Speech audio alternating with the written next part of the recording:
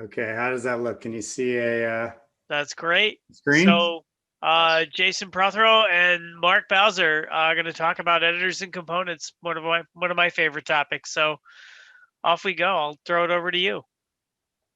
All right, great. Thanks, Chris. Welcome, everybody. I'm Jason, I'm Mark. and we have some opinions about how to build Umbraco websites. So first, just a quick story. So a couple years ago, we had a new client come to us. They had an existing Umbraco site, and they wanted to upgrade to the latest version.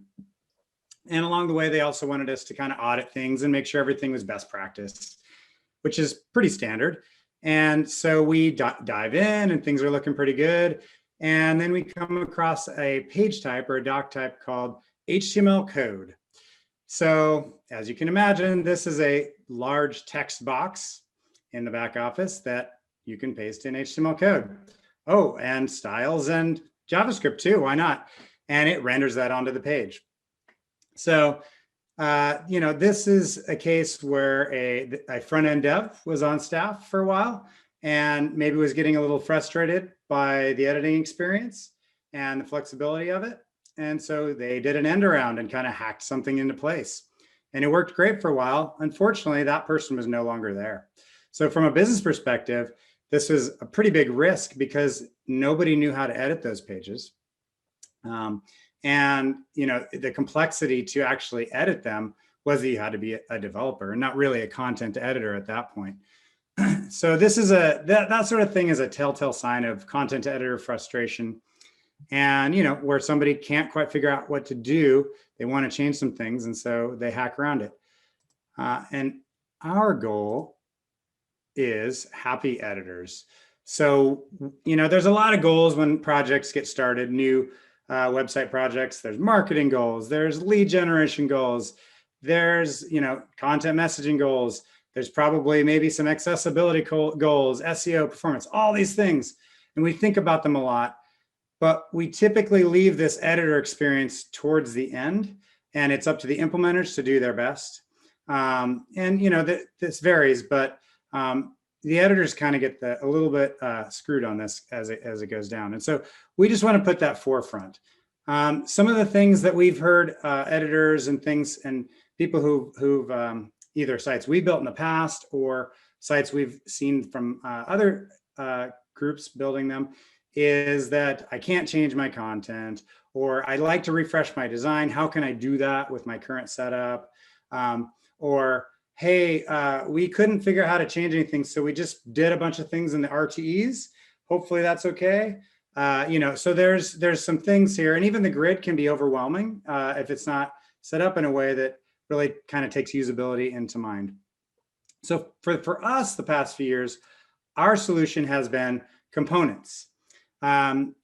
So we call this component-based architecture from an Umbraco point of view.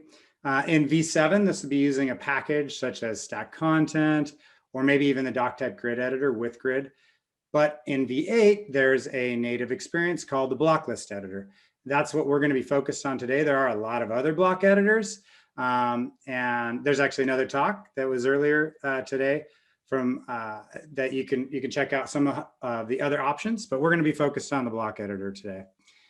So component-based architecture is kind of in opposition to maybe a traditional content modeling approach, where in the discovery phase, you really detail out what page types are going to be on the site and really get structured information. You build the templates and you kind of have this form filling experience where you have fields and pickers, and they kind of show up on the template where they show up. So components are more like pieces or blocks of content that can be stacked on each other or arranged to build the page. So here's an example of our ProWorks site, just as an example of a component-based architecture where you can kind of see how these relate, right? The front end, you have the hero, that has a few pieces of data. You have this card navigation that allows for the jump nav down the page. That's got some data in it. Then there's a few image with text, and we're going to talk a little bit about how you can vary these. and Mark's going to do some demoing here in a second. But this just kind of gives you a general idea. You can move these around, sort them. You could remove one, add a new one in between. There's generally a library of these. So you could add a quote or a product spotlight or a slider or something because you have a campaign coming up, right? So these are pretty straightforward, and you can basically give a lot of flexibility to the content editors through this. All right, quickly running through why we should care about this. So for us, we feel like it's a really good meeting place in the middle for content editors and marketers, getting the flexibility and the control they need to refresh their designs frequently, create new pages that maybe we hadn't even thought about in the initial discovery process. While as an implementer, we also get control over the design still, and we can enforce sort of the style guide. In addition, these days, a lot of requirements are kind of put on to us as implementers, things like accessibility, SEO, and performance requirements. And so those are difficult to do when it's just an HTML code block that anybody could put anything into, right? So this kind of gives a best of both worlds from a business perspective and the content editor's perspective and the implementer's perspective. And adding new components is generally pretty straightforward because rather than having to change a bunch of pages and templates, it's just adding a new component. In the front end, actually, so we try to leverage this throughout the whole life cycle of a project. So from a discovery standpoint, the original product page modeling type of approach, where it's very structured, it was really difficult for marketers and ultimately content editors to kind of understand why we were doing that up front so much. This component-based way of doing discovery makes things a lot easier. It's sort of like, here's some Lego blocks that you can build your site with. Is there anything missing?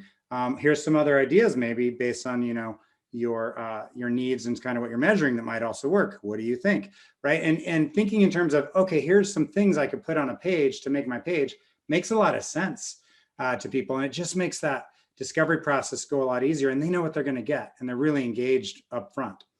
In addition, this actually turns out works really well with the headless setup. A lot of JavaScript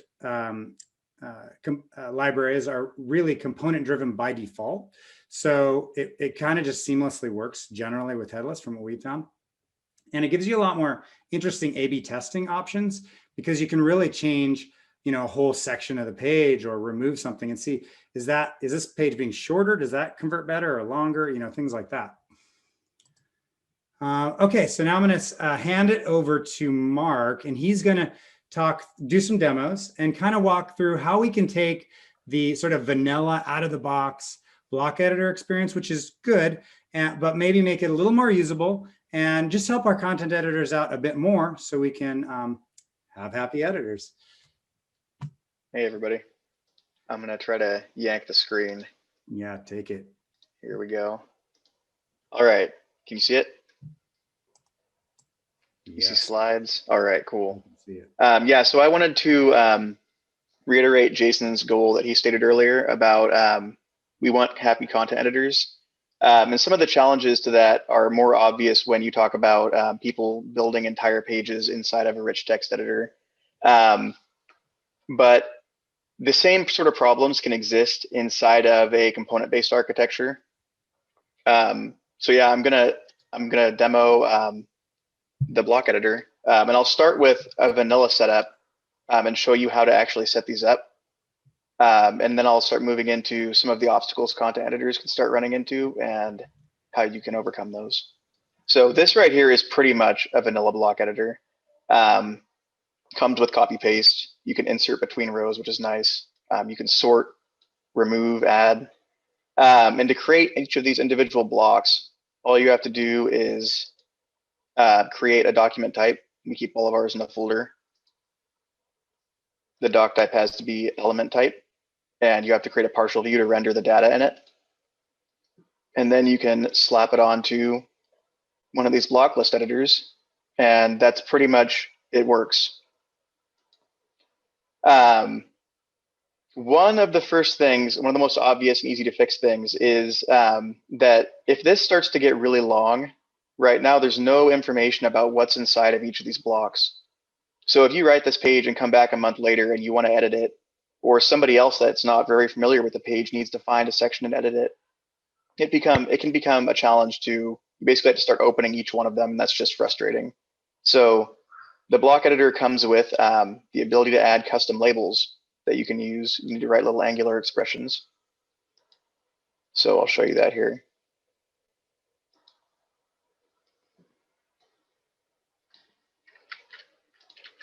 You can basically start plucking properties off of the actual content within the block. So here we're trying to grab a component title off the settings. And if that doesn't work, we try to grab the section title. Otherwise, we have like a fallback text. So you can see in our block, here's our section title, and here's our component title. So it tries to grab those. So here's an example of when we set up all of our labels. So this is more, this is moving in the direction of usefulness. What we have lost though is we've lost context about what type of blocks these are, because now all you have is the icon. And the solution there is that you can make custom views to actually render out each of these block elements. And it's actually not super complicated. Let me see if I can pull this over here. Oh, yes, all right. So we wrote a single view here. You don't need to write any JavaScript. There's no actual controller on this. And you can, again, just like the Angular label, you can start plucking properties off of your block or the block settings and render out your own view. And this single view that I'm going to show you works for, you can apply it to all of the blocks. You add it by, you can add style sheets too.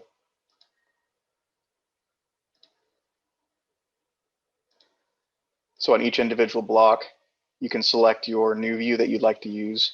If you do add a style sheet, what's really nice is the styles are all isolated inside of a shadow DOM. So you don't have to worry about breaking anything else in the back office. So I'm not actually going to save it because we have an example. This is a really common view we like to use because you get information about the type of the block. You get some context about what's inside of it.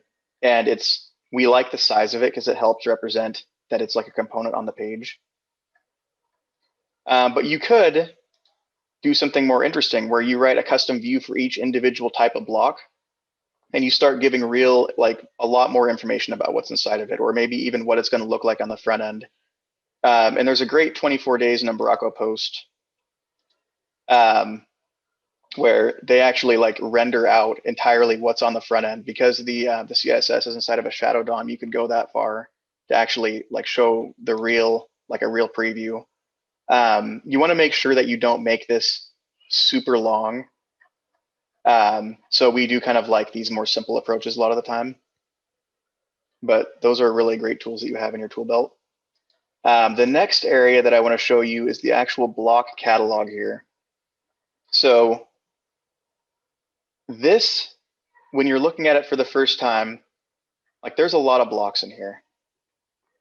And you really want to be thinking about how many blocks you're adding to this list. And we'll get to that later. But what is tabs? What does tabs do? What does call out section look like? If you have vision for your page, which one of these blocks is the one you actually want to choose? And what I think happens, my experience, is that if these aren't really clear, what happens is the content editor finds 3 or 4 that they know how to use, and they just sort of ignore the rest of them. So the 2 things you can do to make these blocks, in the catalog, a lot more simple is you can add descriptions and you can add thumbnails to them. The descriptions are actually just pulled directly from the document types. So if you're adding document type descriptions, they will just show up there.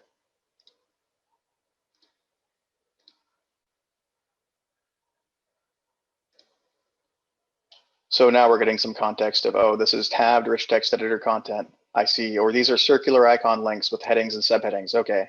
And you can start to imagine it. But you can go a step better, and for each block, you can add a thumbnail.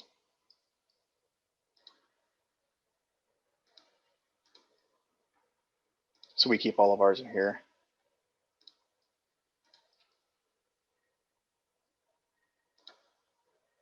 And that looks like this. So here we put thumbnails on a lot of them. And there's a couple different directions you can go. You can try to do something more impressionistic where you're like, oh, I see you're going to get like columns of things, or oh, I see the tabs are going to look kind of like that. Or you can actually take like snapshots of the front end and thumbnail them in here. Or you can mix and match them. So that's pretty much what I have for the like the UI improvements. There is probably something that's equally important here, and it's more sneaky. This is something that it's easy not to think about, and then over time it creeps up on you, and there becomes some frustration. So this is a simple image text block on our front end. There's a background image, there's a foreground image, there's content, and there's a call to action button. And this is something that the content editors are probably going to want to use all over the place all the time. And they're probably going to want a version where the image is in the right and the text is on the left. And then pretty soon, there's a version where they decide not to have the foreground image and they want the text inside of a panel. Or maybe they want the image to be there and they want to be able to move the text around. And then there's whatever you'd call this, where there's an image and we've done some funny styling on the text. So you can start getting tons of variations of the same sort of idea. And there's a few different ways that we've tried to solve this problem. We've tried to create separate blocks for each different type. So here's we have our image left, text right, image right, text left, image with a text and pane. And this can start to balloon out pretty quick. And one of the confusing things is that a lot of them can be really subtly different. So this is something that we generally don't recommend doing. The other way that you can go is you can try to make a lot of settings and toggle switches so that content editors, when they're making these, they can actually craft them the way they want them to be. Like they could put a pane on this right here by just checking a pane box. So let me show you that really quick. Here's an example of some settings we put on this block. There's image orientation and there's text orientation. There's applying the text pane. There's maybe some funny styling options here. And then maybe they want to start controlling padding and margin. I want to point out these two fields. There can start being like interesting edge cases here where like, what if they choose left for both of them? They might need to be able to choose left for text if they don't have an image, but this can start also ballooning out and becoming difficult for development, because you have to consider all the cases that the content editor might choose, and it's hard to test every combination and permutation of all of these. So what we've been going with recently that we really love is using themes. So over here, you can see my awesome image photo editing skills at work. I'm a back-end developer. We've created this is a glorified radio button we built using Lee Kelleher's contentment package. And we've done away with all of the settings, or as many of them as we can. And instead we give them a selection of different themes to choose from. And this is really important because if you go the settings route and not the themes route, we're turning this simple common editor. Let me pull this back up here. This pretty simple idea of an image text row is no longer simple, because every time the content editor wants to add one of these, they have to put on their designer hat and actually consider all of these options. And sometimes the content editors need this control, and it's important. But what we've also found is if they have to put on their designer hat every time they want to develop these, then they start to just get exhausted by it. Because they can't just focus on the content. So we have more and more requests to try to figure out how to like reuse these components in different ways. So we really are excited about this theme idea. That's all I have for new functionality. The last thing that I want to talk about is making sure to train the content editors on things like clipboard that are easy to miss. It's built in. You don't have to do anything. You just get this for free when you use the block editor. But if content editors don't know about it, they'll spend a lot of time duplicating content. So you can basically clipboard any of these individual blocks and even go to a different type of document type that allows that same block. And when you add, instead of creating empty, in your clipboard, you have your whole array of blocks. And you can even clipboard the entire section of blocks here.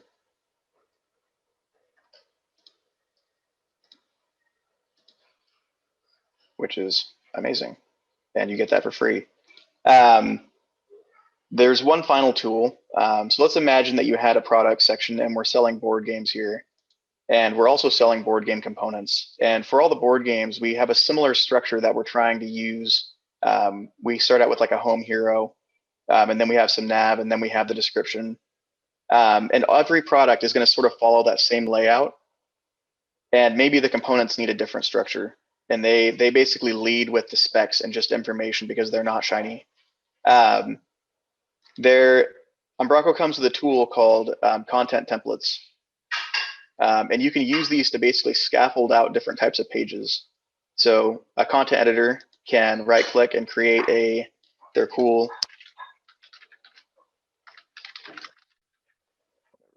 There it is. They're awesome content template. And when they create new content, they can decide, instead of creating like starting from scratch, they can start with a scaffold here. And that's neat. You can have a different scaffold for the components, a different one for the product. So you're not starting from a blank page every time or looking back and forth between different tabs, trying to make them look the same.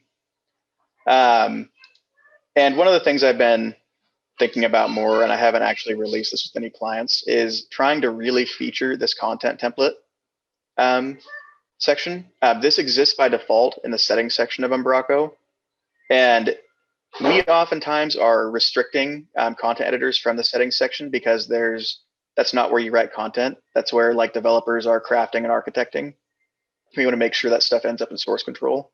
So I've moved the content templates out here so they can have access to it and they can actually edit the scaffolds they make. So they snapshot at a real, like this is real content, but maybe they want to fill it with lorem ipsum text so they don't accidentally release the wrong content. And that's actually pretty easy to do too. This is a really rough, I did this in like an hour to see if it would work in V8, but I just created a controller that implemented the content blueprint tree controller and put it on the content section of the site.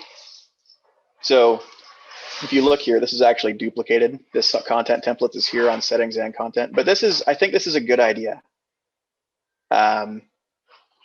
So pretty much in summary, you should spend the extra work making these the block editors look nice because it's going to make the content editors enjoy it more. Like here, if you only have 6 or 7 blocks, it's fine. It actually the content editor is going to figure this out. But as things expand, it's important to make sure that they actually are able to use all of the tools. Otherwise, the tools might as well not exist. And then themes. Think about themes when client or content editors start asking for variations on existing components. All right, Jason, I'm going to hand it back. Okay.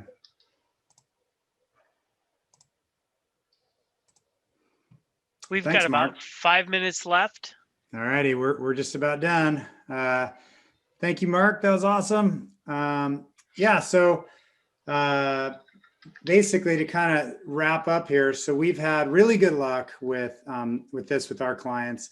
We've had some, just really happy people who are like, I can finally edit my site, the way I want to, or I can't believe this control. They're creating things that we were surprised by and like, yeah, go, you guys rock. So one of the things too, just real quick, that we've kind of been developing here, it's not perfect, but that does also help with the process, is to build out kind of a component library. And this doesn't have to be like super code-y. Actually, it's actually more interesting for us not in code, because we can have user stories, completion criteria, examples, screenshots of where we've used this particular component, And so it really helps communicate during that discovery process, or maybe some when there's sort of needs for things like, oh, it sounds like you're looking for something like this, those sorts of things. It really helps kind of fast track that discovery process, so we don't have to kind of redo so much work all the time. And also there's a blog on our website right now at proworks.com/blog that's just sort of we're talking kind of a blog, but on that blog post, we're going to be adding some of the specific technical things around this that Mark demoed. So you can copy paste and steal whatever you want from what we've been doing. So look for that. And that's pretty much it. So we're ProWorks. We're an Umbraco Gold partner. We've been doing this a really long time, and we just enjoy people helping people love their CMS and be happy with it, basically. So yeah, thanks everybody. I don't know if there's any questions, if we have any time. Looks like there's a lot of questions going back and forth in the chat, which is nice. Okay, let's check that out. Mark, anything you wanna comment on from some of the questions you've been answering? Yeah, this contentment package by Lee Kelleher is great. It's what I use to make the theme picker. You basically can, it's kind of like new pickers if you use new pickers in V7. Contentment actually comes with more than just that picker. It comes with a whole tool set, but you can basically make yourself like a radio button or a checkbox and make custom data sources that drive it. Yeah, Uskin does some very similar things to that theme picker there. Jason, is that where we got the inspiration for the theme picker? Was it Uskin? Actually, no, surprisingly it isn't, but we have used Uskin, and it takes this component-based architecture approach, absolutely. So yeah, it's definitely one to take a look at. They have some neat stuff going on there, and they're now using the block editor by default. So yeah, we've used that for like smaller sites and things like that, where we just want to kind of get something going quick. So it's awesome. Yeah, Jason, can you send the screen back over to me? I'm going to show, because we have extra time, I'm going to show some of the actual doc type structure I used. Okay. I am not sharing. Okay. So this, I wouldn't say that anything in here is completely done yet, but we do have some document type inheritance going on with our blocks. We have some actual some settings that we want to apply to all the blocks, like additional CSS classes if the content editor needs to do anything really special, or IDs that we can use for jump links and things like that. So we apply this composition to all of our blocks.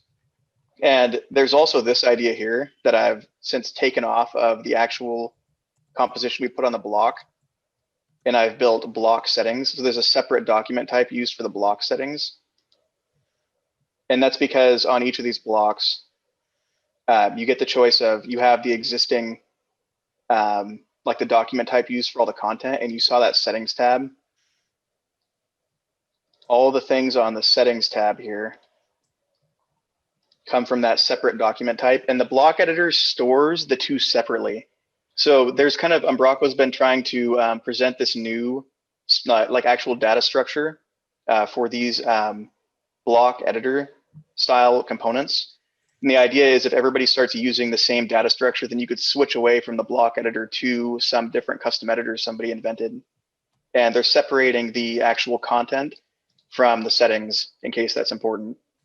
So you could theoretically switch between a block editor like this and maybe the Umbraco grid if you can keep these separate in the right way. So that's a little bit deeper, but those are some cool things the block does.